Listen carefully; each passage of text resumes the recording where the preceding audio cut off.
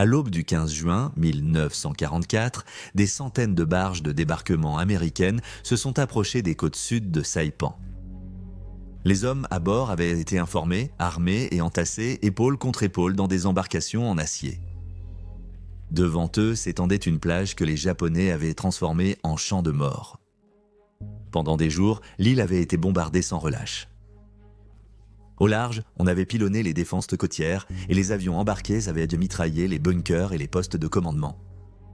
Vu d'en haut, Saipan pouvait sembler déjà soumise. Mais ceux qui allaient bientôt poser le pied sur l'île savaient bien que ce n'était pas le cas. Les défenseurs n'étaient pas seulement retranchés, ils étaient déterminés à se battre jusqu'au dernier homme. Saipan était bien plus qu'une simple île. Sa prise permettrait, pour la première fois de la guerre, aux bombardiers américains d'être à portée directe des îles principales du Japon. Cela faisait partie d'une offensive américaine à travers le Pacifique central, visant à mettre le Japon à genoux. Pour les Japonais, perdre Saipan signifierait bien plus qu'une simple défaite. Cela signalerait la vulnérabilité de l'Empire lui-même. Au cours des 3 semaines suivantes, les combats seraient acharnés. Les réseaux de grottes, les fourrés de la jungle, les crêtes fortifiées, chacun deviendrait le théâtre de combats rapprochés.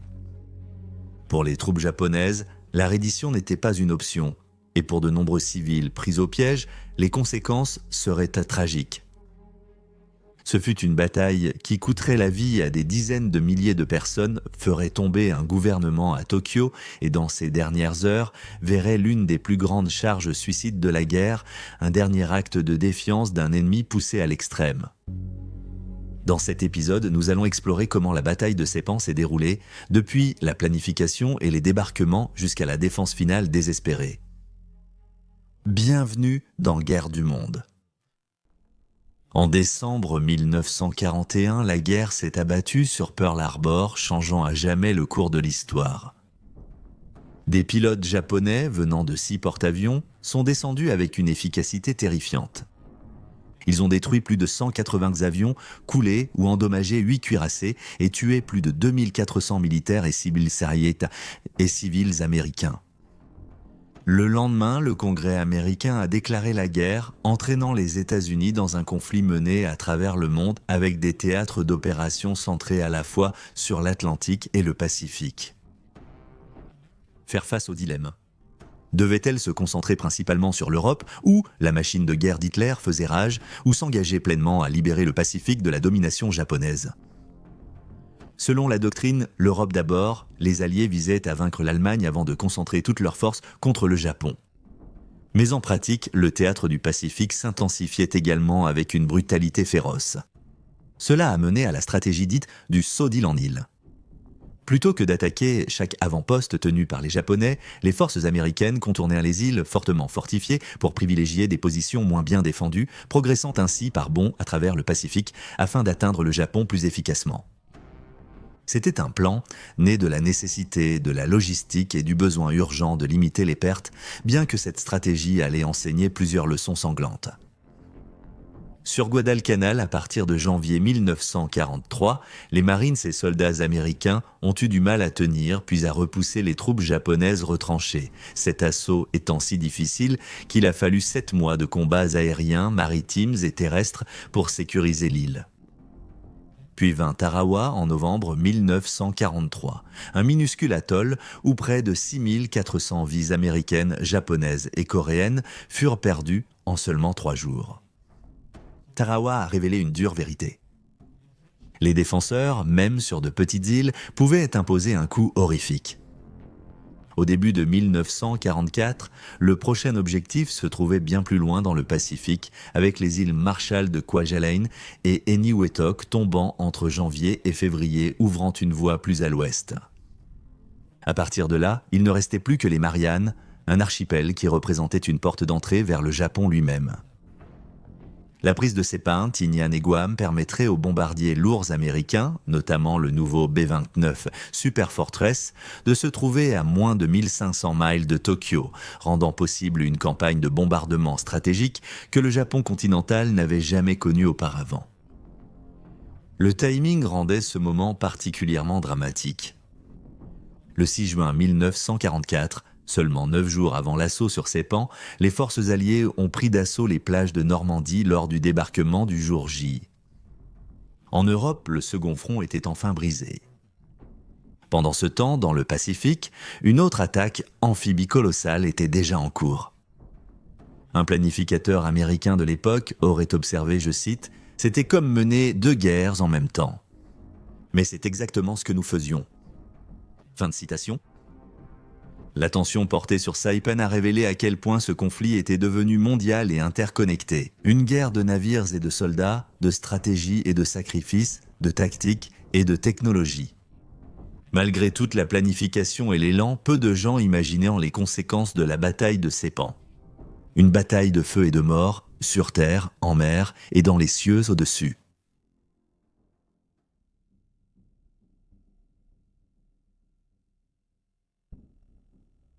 Au début de 1944, les Alliés avaient de fixer leur objectif sur les îles Mariannes et aucune n'était plus cruciale que Seppan. Le plan, nommé Opération Forager, était simple dans son ambition, mais monumental dans son envergure. S'emparer de Seppan, Tinian et Guam, construire des aérodromes pour les nouveaux superforteresses P-21 B-29, donnant aux États-Unis la portée de Tokyo, Nagasaki et Hiroshima, et frapper au cœur du Japon. L'amiral de la flotte Chester Nimitz a donné les ordres finaux en mars et quelques jours plus tard, l'amiral Raymond Spruance, commandant de la 5e flotte, a commencé à rassembler la plus grande armada que le Pacifique ait donc jamais vue. Spruance a réuni près de 600 navires de guerre, des puissants cuirassés aux destroyers agiles, il était accompagné de 15 porte-avions de flotte et de centaines de navires d'escorte. Les cieux étaient dominés par la Task Force 58 avec des F-6F Hellcats et des Scout-bombers de ces Helldivers se préparant à l'appui aérien rapproché. Sur les ponts, en dessous d'eux, le lieutenant-général Holland, Olin Mad Smith, commandait le vieux corps amphibie, rassemblant plus de 127 000 marines et soldats. La 2e et la 4e division de marine, soutenues par la 27e division d'infanterie de l'armée en réserve. L'ampleur de l'équipement était sans précédent. 150 chars, la plupart des Sherman, certains équipés de lance-flammes, des centaines de péniches de débarquement et des mois de rations, de munitions et de carburant, tout cela stocké et préparé pour un timing précis. Holland Smith avait longtemps défendu la pratique d'un entraînement amphibie rigoureux et d'une planification minutieuse, et c'était son moment. Il avait notamment insisté sur une coordination parfaite entre les forces navales, terrestres et aériennes. Leur faisait face une garnison japonaise résolue, bien que moins nombreuse, commandée par le lieutenant-général Yoshitsugu Saito, soutenu par le vice-amiral Chuichi Nagumo. Environ 30 et 1600 soldats, dont 6000 membres de la marine, assuraient la défense de l'île. Au cours des mois précédents, les hommes de Saito avaient creusé des grottes dans les crêtes volcaniques, construit des bunkers en béton, camouflé des emplacements de canons et creusé des tunnels profonds dans l'intérieur rocheux. Leur but était d'attirer les Américains à l'intérieur des terres, les contraindre à combattre de grotte en grotte et les épuiser complètement. Dans les jours précédant les débarquements, les planificateurs navals et aériens ont débattu de la puissance de feu à lancer sur l'île. Des bombardements sont prévus sur 2 jours. Les cuirassés tireraient à très longue portée, les porte-avions effectueraient des frappes aériennes et les destroyers testeraient leur défense. Mais alors qu'une quantité immense de bombes et d'artillerie s'abattait sur l'île, des questions se sont posées quant à leur efficacité. Comme l'a noté l'historien Robert A. Rosenthal, je cite, « 12 000 tonnes de munitions navales ont été tirées, mais elles ont fait peu pour affaiblir les casemates japonaises au moment où les Marines ont débarqué. » Fin de citation. Les grottes et bunkers, cachés sous la canopée et la roche, étaient conçus pour résister à ce pilonnage. Cependant, le bombardement avait aussi un autre objectif, semer le chaos et détruire les communications. Au fil des jours précédant l'invasion, l'armada montrait sa puissance. Les porte-avions lançaient vague après vague de Hellcat, tandis que les croiseurs et les destroyers répétaient leur mission de tir. Pendant ce temps, le commandement japonais renforçait sa détermination. Les nouvelles de Tokyo prônaient l'unité et le sacrifice. L'amiral Nagumo avait endurci ses hommes avec des phrases rappelant la défiance de l'amiral Togo à Tsushima, je cite, « Le destin de l'Empire repose sur cette seule bataille ». Fin de citation. Seto ordonna à ses officiers de ne laisser aucune tête de pont américaine se développer. Tous les civils devaient être prêts à résister ou pire, à les suivre dans la mort. Les Américains n'ont négligé aucun détail. Les cartes de débarquement étaient étudiées sur les navires, des plages répliquées utilisées pour l'entraînement et les horaires des marées calculés. Chaque facteur était évalué avec une précision conçue pour réduire la confusion le matin du 15 juin. Spruance a donné une note finale sur l'intention. Les plans étaient détaillés, mais l'homme sur place devait agir de sa propre initiative si les conditions changeaient. Pour les deux camps, l'atmosphère était tendue alors que la scène était prête pour que la bataille de Sepang se déroule. Les décisions prises sur une colline, dans une grotte ou en mer détermineraient qui contrôlerait l'île et si elle servirait de rampe de lancement pour les bombardiers américains ou si elle deviendrait simplement un autre champ de bataille sanglant dans le Pacifique.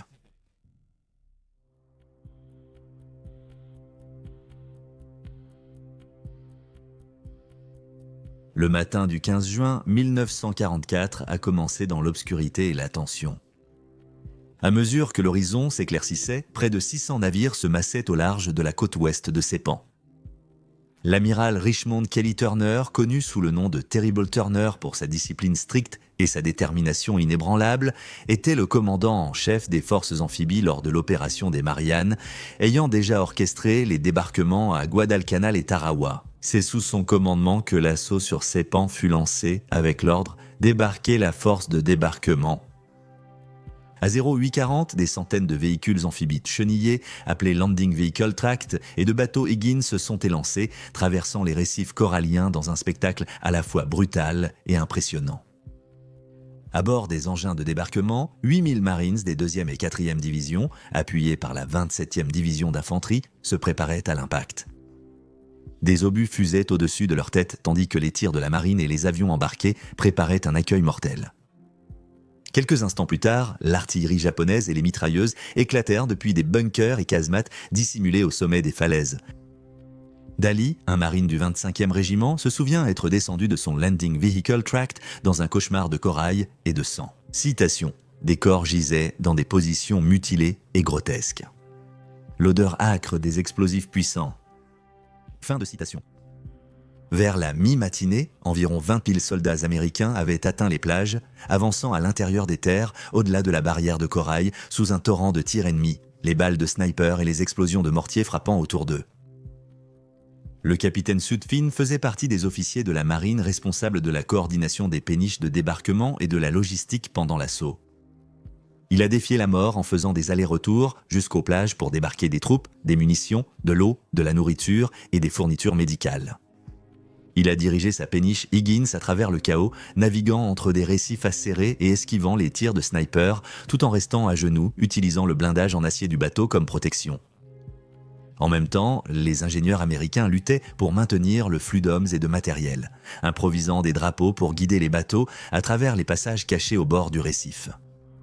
Le long de la côte ouest, surnommée plage jaune, plage verte et plage rouge, les débarquements étaient un mélange d'héroïsme et d'horreur.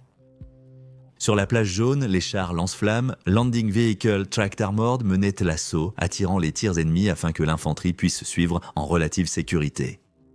Les tireurs d'élite américains, postés au sommet des crêtes de corail, visaient les lisières marécageuses au-delà des plages, ayant un aperçu inquiétant de ce qui les attendait. À 0900, la tête de pont était tenue, mais non sans coup.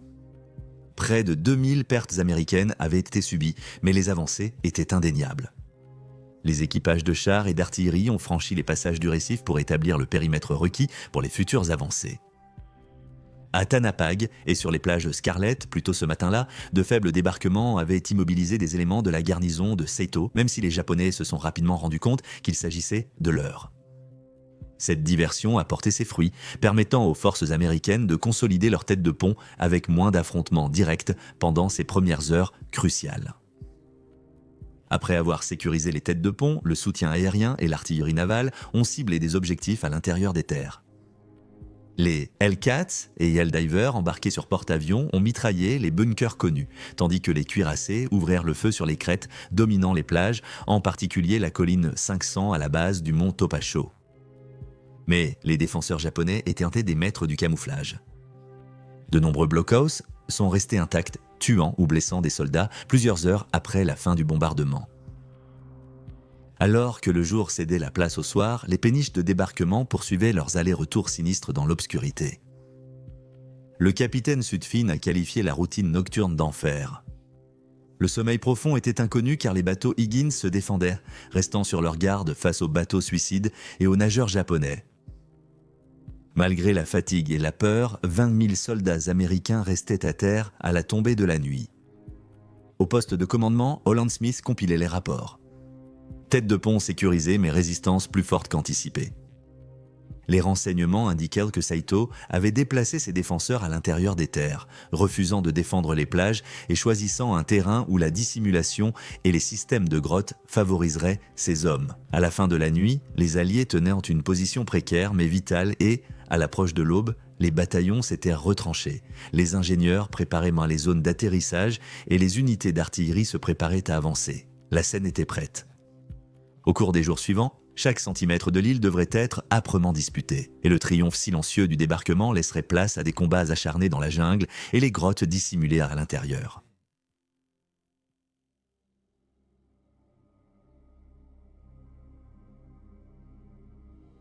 La lutte pour Seppan ne s'est pas arrêtée après les débarquements du premier matin. Le 16 juin, alors que les forces américaines progressaient à l'intérieur des terres au-delà des plages, les Japonais lancèrent une puissante contre-attaque nocturne contre les 6e et 4e divisions de marine. De longues colonnes d'infanterie et de chars dévalèrent la route côtière à Garapan, tentant de briser les lignes avancées américaines avant qu'elles ne puissent s'établir solidement. À 2 heures du matin, les 6e Marines sur le flanc gauche furent frappés par un assaut sauvage. L'infanterie ennemie, soutenue par des chars et guidée par des appels de clairons et des bannières d'arc levées, fonça en avant illuminée par des fusées éclairantes. Cependant, l'attaque échoua de façon décisive, les canons de marine de 5 pouces des destroyers et les mitrailleuses basées à terre fauchant les Japonais. À l'aube, près de 700 soldats japonais gisèrent morts au nord de leur ligne. Cette nuit-là, la 4e division de Marines retranchée au sud résista aux attaques de reconnaissance et aux barrages d'artillerie. Les tirs navals et 3 bataillons d'obusiers de 105 mm repoussèrent chaque assaut japonais. Le résultat fut des forces japonaises stupéfaites, peu de gains malgré leurs efforts et une tête de pont américaine renforcée. Jusqu'au 17, l'attention s'est concentrée sur l'aérodrome d'Aslito. 4 chars, M4 Sherman du 4e bataillon de chars ont mené l'avance, mais ont été stoppés par le feu japonais. Le sergent d'artillerie Robert Howard Mackard faisait partie de cette action, isolé des autres unités de son peloton lorsque son char a été mis hors de combat par le feu ennemi. Mackard a continué résolument, utilisant toutes les armes du char contre l'ennemi jusqu'à ce que l'intensité du feu adverse le pousse à ordonner à son équipage de sortir par la trappe de secours. Mackard est resté en arrière, épuisant sa réserve de grenades à main pour aider la retraite de son équipage. Blessé, Mackard a démonté la mitrailleuse du char et a affronté seuls les Japonais qui approchaient en tirant sur leur position. Son corps sera retrouvé plus tard sur le champ de bataille, à côté de 16 soldats japonais tombés. Robert Mackard a reçu à titre posthume la médaille d'honneur le 10 avril 1945. Le soir venu, avec l'arrivée de la 27e division d'infanterie de l'armée et les ordres de réserve du lieutenant-général Howlin Matt Smith, les Marines et les soldats encerclèrent l'aérodrome, mais stoppèrent dans leur avancée jusqu'à l'aube. Puis vint le 18 juin, lorsque jusqu'à 50 000 soldats américains sécurisèrent à Aslito, rebaptisé Isley Field, et commencèrent à le transformer en base aérienne avancée. Ce même jour, les planificateurs navals savaient qu'une rencontre décisive se profilait en mer. La flotte japonaise de l'opération Eigo, sous le commandement du vice-amiral Jisaburo Ozawa, se dirigeait vers les Mariannes dans une ultime tentative de repousser l'invasion. Alors que les forces américaines se consolidaient au sol, un affrontement allait se dérouler dans les airs et au large, qui déciderait du contrôle du ciel et peut-être même de l'île de Seppan elle-même.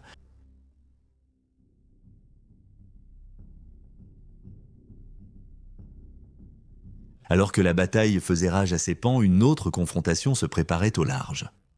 La marine impériale japonaise préparait une frappe décisive qui allait mener à la plus grande bataille de porte-avions de l'histoire. En mer, le vice-amiral Jisaburo Ozawa rassembla la flotte de porte-avions restante du Japon, comprenant les navires Taiyo, Shokaku et Iyo, soutenus par des croiseurs et des destroyers. Leur mission était d'intercepter la Task Force 58 et de freiner l'avancée américaine avant que leur aérodrome nouvellement capturé ne puisse être utilisé pour soutenir les opérations. À la radio, l'amiral Raymond Spruance et le vice-amiral Mark Meacher préparaient leur propre riposte, une contre-attaque aérienne sans précédent. Le 19 juin, sous la direction de Spruance, la Task Force 58 lança vague après vague de F-6F, Hellcat Scout Bomber, 2C Helldivers et TBM Avengers depuis les porte-avions de la flotte. Enterprise, Essex et Lexington, entre autres. Au total, environ 1300 avions embarqués affrontèrent les quelques 430 appareils japonais lancés en 4 vagues successives. Le Hellcat a changé la donne. Propulsé par un moteur Pratt & Whitney R2 1800 de 2000 chevaux blindés et équipé de 6 mitrailleuses de calibre 50. Sa vitesse de pointe de 380 miles à l'heure et son plafond de 37 300 pieds éclipsèrent le vieillissant Mitsubishi A6M0 utilisé par les Japonais. Avec une conception robuste renforcée pour les porte-avions et une formation de pilotes de premier ordre, le Hellcat a revendiqué 75% des victoires de la marine américaine dans le Pacifique, atteignant un ratio de 19 victoires pour une perte. Les aviateurs japonais pilotaient en grande partie le A6M0, un chasseur agile à longue portée du début de la guerre, mais leur blindage léger et l'absence de radar les rendaient vulnérables. Leurs remplaçants étaient fréquemment des pilotes novices, envoyés hâtivement au front après une année d'usure. Lorsque la première vague d'appareils japonais est arrivée à portée, les Hellcats américains équipés de radars étaient déjà en vol.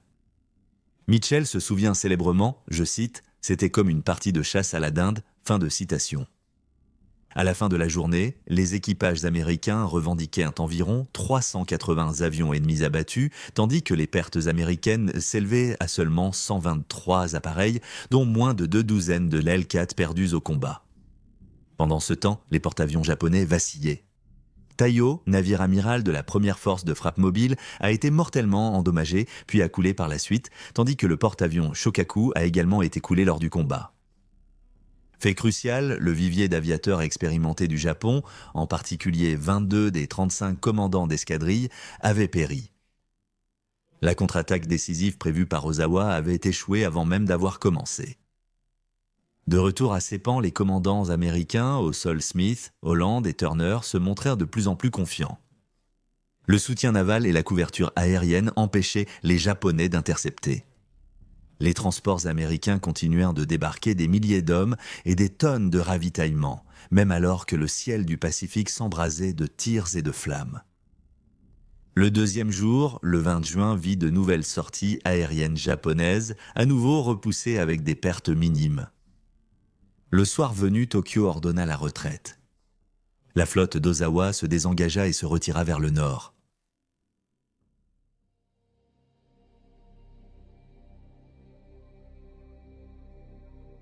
La menace navale étant anéantie et les plages fermement tenues par les Américains, l'attention se porta vers l'intérieur des terres. Ce qui suivit fut une lutte brutale, mètre par mètre, crête par crête, à travers certains des terrains les plus impitoyables et une résistance des plus tenaces que les Marines et les soldats de l'armée aient jamais rencontrées. L'épine dorsale montagneuse de l'île s'étend comme une colonne vertébrale déchiquetée en son centre, dominée par les hauteurs volcaniques du mont Topacho qui s'élève à plus de 1500 pieds. Depuis cette position, les Japonais pouvaient observer presque toute la moitié sud de Seppan, il fallait donc la prendre. Le 22 juin, la 2e et la 4e division de Marines américaines, soutenues par la 27e division d'infanterie, ont lancé une attaque combinée. La montée était raide et le sol instable à cause de la poussière volcanique, entre de hautes cannes acérées comme des rasoirs et des tireurs d'élite japonais qui s'étaient dissimulés parmi les rochers et les crevasses. Chaque pas vers le sommet était sous le feu ennemi. Un chef de section a écrit « C'était la même vieille histoire. Dans chaque champ, la compagnie perdait 1 à 2 hommes. Les snipers japonais étaient tellement bien retranchés qu'il était impossible de les localiser avant qu'ils ne tirent. » Le mont Topacho est devenu le point focal de la campagne, avec les services de renseignement américains estimant qu'environ 15 000 défenseurs japonais occupèrent des positions retranchées. Le 25 juin, les Marines ont commencé l'ascension, soutenus par un barrage coordonné d'obusiers de 155 mm, de tirs de la marine, de chasseurs bombardiers P-47 qui décollaient désormais d'Aslito et de lance-flammes montés sur chars appelés Satan. Au 30 juin, les forces américaines avaient pris le mont Topacho, privant les Japonais de leur principal point d'observation. Le sommet offrait une vue panoramique sur l'île dévastée. Un prix amer remporté à un coût terrible. Progressant vers le nord, les Américains ont pénétré dans Garapan, capitale de Seppan, et les villages avoisinants. Les combats, maison par maison, étaient brutaux. Les défenseurs japonais avaient fortifié les écoles, les églises et même les hôpitaux, transformant toute la ville en piège mortel. Les civils pris entre deux feux fuyaient vers le nord, désespérés, beaucoup ayant été convaincus par la propagande japonaise de la nature sanguinaire et sauvage des combattants américains qu'il ne les attendait que la mort, la torture et le viol. Certains se cachaient dans des grottes, priant d'être épargnés, tandis que d'autres, saisis par la peur, fuyaient vers les falaises au-dessus. Le champ de Marpy Point, aujourd'hui connu sous le nom de falaise du suicide, où ils se sont jetés dans le vide. Ils étaient dits moins effrayés par la mort que par la capture par les Américains. Mais contrairement à la propagande japonaise, certains moments d'humanité ont émergé des combats, comme le sauvetage d'un enfant japonais blessé par une patrouille de Marines, une image capturée par le photographe de Life, Peter Stackpole. Un autre photographe de Life, Eugene Smith, a remarqué la compassion montrée par les soldats américains. Je cite, « Les soldats qui avaient perdu tant de camarades à cause de ces mêmes grottes les couvraient maintenant, surtout les enfants, de bonbons ou de tout ce qu'ils avaient. C'était un magnifique exemple de fair-play et d'absence de haine aveuglante, comme celle qui peut parfois surpasser la décence et la raison. C'était ça, le véritable esprit américain. » Fin de citation. Cependant, la bataille faisait toujours rage et la brutalité de la guerre continuait de faire des ravages. Pour déloger les défenseurs japonais cachés dans les grottes de corail et les bunkers qui parsemaient la partie nord de l'île, les forces américaines utilisèrent des chars, des lance-flammes et des bulldozers. C'était la guerre à son état le plus primitif. Le feu, la terre et l'acier forçaient les hommes à sortir de leurs cachettes ou les enterraient vivants. Les soldats japonais refusèrent de se rendre, s'accrochant à chaque crevasse comme si l'issue de la guerre en dépendait. Bien qu'ils aient été coupés de tout renfort et que leur soutien naval ait été détruit, les forces japonaises restaient implacables. Leurs commandants avaient déjà accepté que Seppan ne pouvait pas être tenu, mais il ferait de payer les Américains pour chaque centimètre gagné. Dès le début du mois de juillet, les lignes américaines ont progressé vers le nord en direction des falaises finales, et alors que le désespoir japonais atteignait son paroxysme, un dernier plan désespéré allait être mis en œuvre.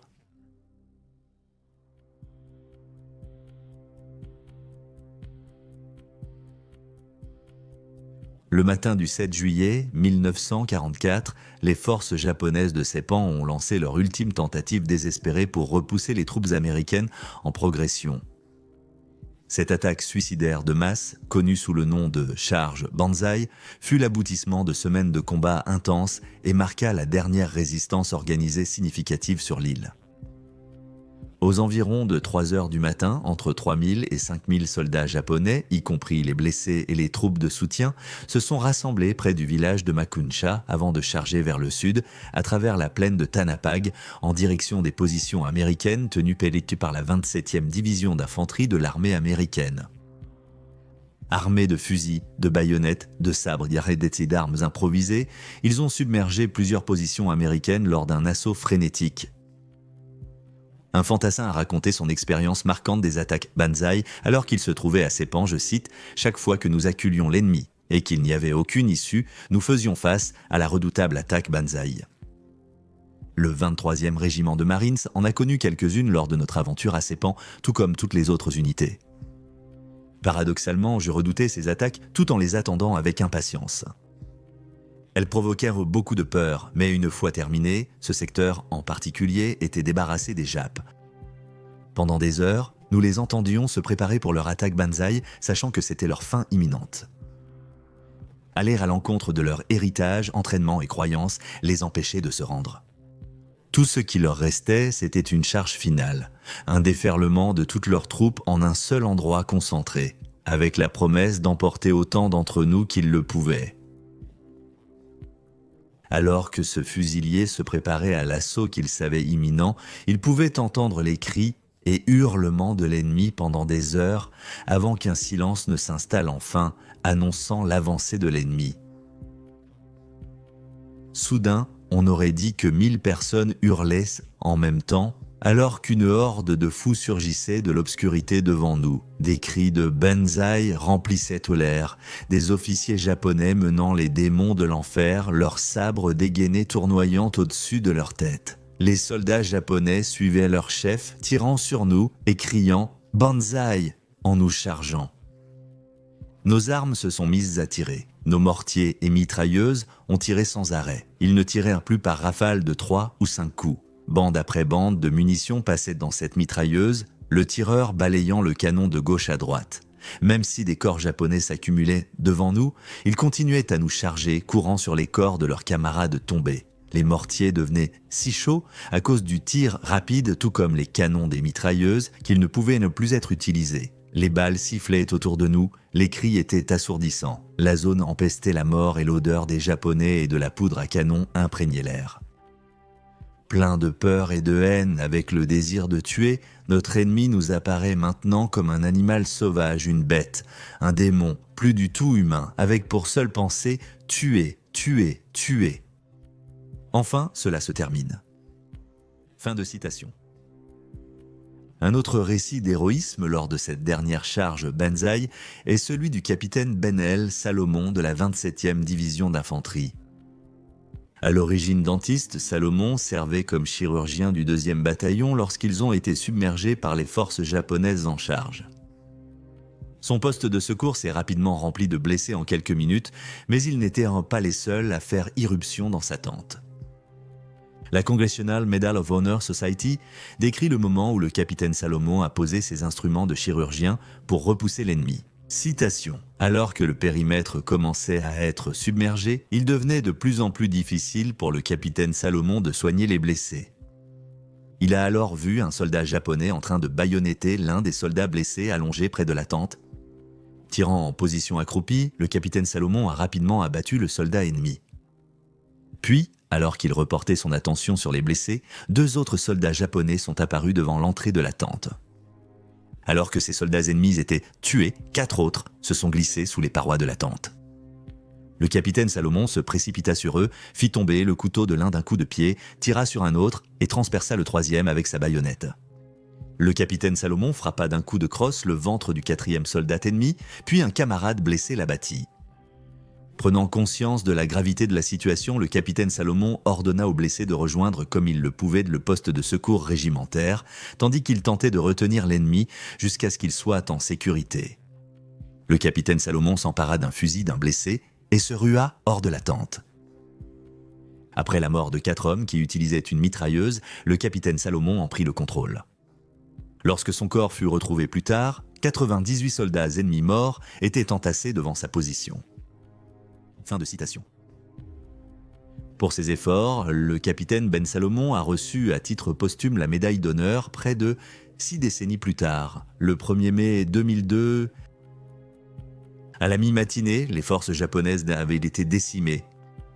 Le 105e régiment d'infanterie de l'armée américaine avait subi des pertes importantes, avec près de 406 tués et 512 autres blessés.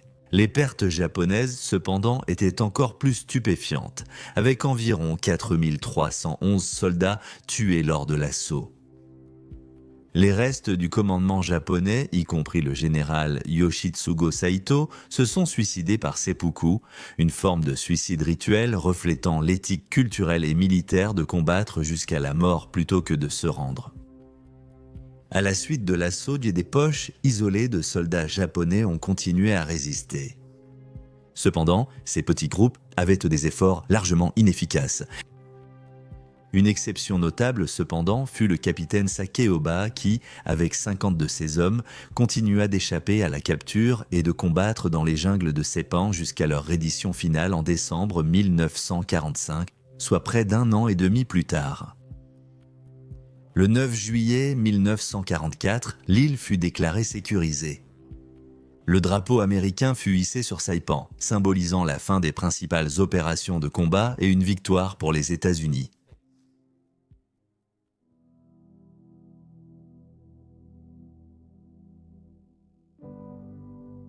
La bataille de Saipan s'est terminée par une victoire décisive des Américains, mais le prix à payer fut élevé. À la mi-juillet 1944, l'île était entièrement sous contrôle américain, offrant un point d'appui vital au cœur du Pacifique occupé par les Japonais. La prise de Saipan n'a pas seulement brisé le périmètre défensif japonais, elle a également marqué un tournant dans le paysage stratégique de la guerre du Pacifique.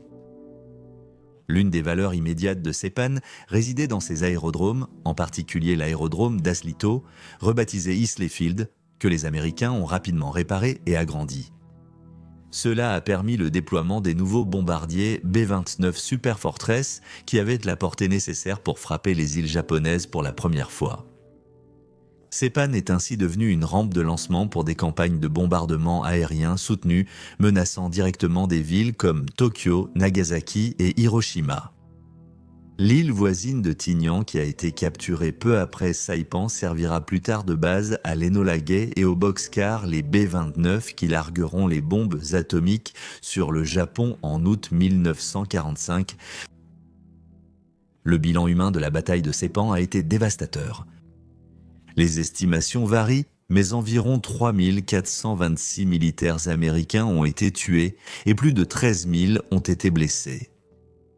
Les pertes militaires japonaises furent cependant bien plus importantes, avec environ 29 000 soldats périssant, beaucoup préférant se battre jusqu'à la mort ou se suicider plutôt que de se rendre.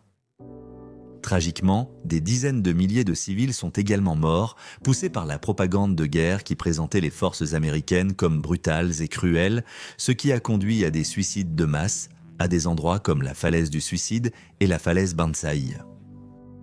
Ces morts civiles restent l'un des aspects les plus déchirants de l'héritage de cette bataille. Stratégiquement, la perte de Saipan a profondément ébranlé le Japon. La chute de l'île a exposé la vulnérabilité du territoire japonais et a brisé la confiance dans la direction impériale. En fait, cette défaite a déclenché une crise politique à Tokyo menant à la démission du Premier ministre Hideki Tojo et de son cabinet en 1944. Kōjō avait été un fervent partisan de la poursuite de la guerre à tout prix et son éviction reflétait la dissension croissante au sein du gouvernement japonais quant aux perspectives sombres de la victoire. La bataille a également eu des effets profonds sur la pensée militaire américaine et japonaise. Pour les États-Unis, Saipan a renforcé l'efficacité de leur stratégie amphibie de saut d'île en île, contournant progressivement les îles fortement fortifiées pour capturer des bases stratégiques plus proches du Japon.